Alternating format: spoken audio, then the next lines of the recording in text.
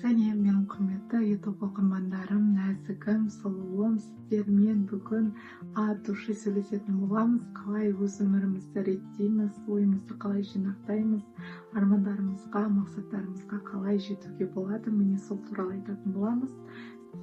Ең бірінші нәрсе бұл айналамыздан бастаймыз. Яғни айналамыздағы кеңістікті жинаймыз. Сүртеміз, жинаймыз, полкаларды реттейміз.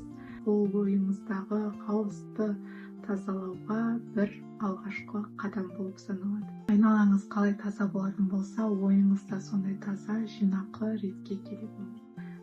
Екінші маңызды нәрсе бұл бізде қолданбайтын заттардан арылу.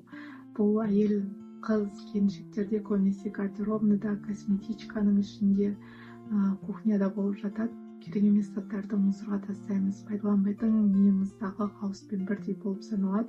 Егер де сол заттарды тастағаннан кейін өзіңізде сондай бір легкость болады, яғни жеңілдік пайда болады. Сондықтан керек емес заттарды мусорға тастаймыз, миымыздағы хаостан арыламыз. Үшінші нәрсе бұл барлығына жүреді, барлығына қолдануға болады. Фрирайтинг техникасы деп аталады. Яғни ойыңызды қағаз бетіне түсіресіз. Ол үшін сізге қағаз және қалам керек. Және будильникті 15 минутқа қойып қойыңыз. 15 минуттың ішінде ойыңызда қандай нәрселер бар, барлығын қағаз бетіне түсіріп шығыңыз. Тіпті не жазарыңыз білмейтін болсаңыз, дұрыс жазыңыз. Не жазарын білмей тұрмын деген сияқты барлығын жазасыз.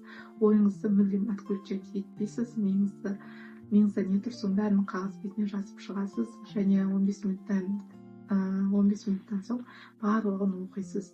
Өзіңіздің ішіңізде орындалмай жүрген кейбір нәрселерді ретке келтіруге көмектеседі. Ойлау керек емес нәрселерді ойламау керек екені, миыңызда қандай хаос болып жатқаны просто көз алдыңызға келеді ғой.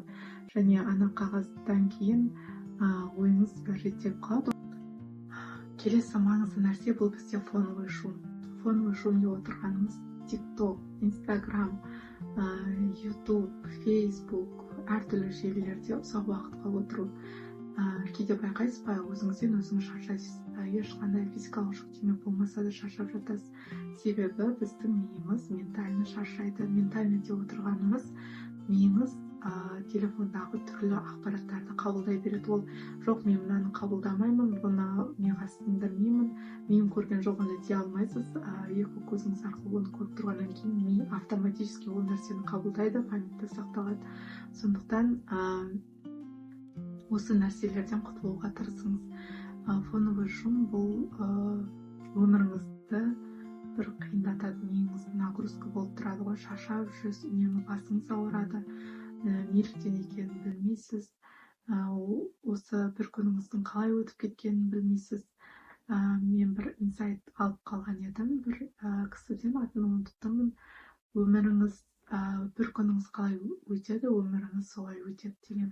Міне сондықтан әр күнімізді әдемі өткізуге тырысайық. Басқа біреудің қызықты бір инста картинкаларын көру арқылы өзімізді кейде жертва күйге түсіріп аламыз. Бақытсыз, оның қасында бір өзіміз бақытсыз сияқты сезініп қалатын жағдайлар болады. Сондықтан ол нәрсеге алданбаңыз. Өзіңіздің өміріңізде ең жақсы өмір жасауға тырысыңыз. Оның бәрі өзіңіздің қолыңызда. Тек фокусты өзіңізге бұрсаңыз болды. Келесі маңызды нәрсе күнделік және шүкіршілік толтыру. Күнделік бұл ойымызды жүйелеуге, ісімізді, әрекеттерімізді нақтылауға көмектеседі. Яғни бүгін мен не істеймін, не істеуім керек, ертең не істеймін, бұл аптаға қандай жоспарым бар деген сияқты осы нәрсені ұмытпай жазуға тырысайық. Хотя бы ең болмағаса кешке жатар алдын балаларды ұйықтатып болғаннан кейін, не болмаса таңертең балалар ұйықтап жатқан кезде деген сияқты осы нәрсені қолға алсақ, өміріміз жеңілдейді, көптеген істер, атқарылмай жүрген істер атқарылады, және сіз осы үшін өзіңізге бір молодец деген сияқты күшті сезімде боласыз. Ал шүкіршілік толтыру, негізі Аллах тағаланың сөзі бар ғой, шүкіршілік құлын жақсы көремін, шүкір етсеңдер арттырамын деген. Міне осы қағиданы міндетті түрде есте сақтап жүріңіз.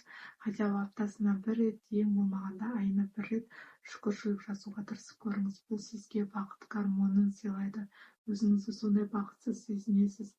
Біз кейде ұмытып кетеміз, қолымызда жоқтың қадірін қолымызда бар кезде білмей, жоқ кезде біліп жатамыз. Қолымызда бар кезде соны біліп есімізге алып отырсақ, өзіміздің қандай бақытты жан екенімізді сезінетін боламыз.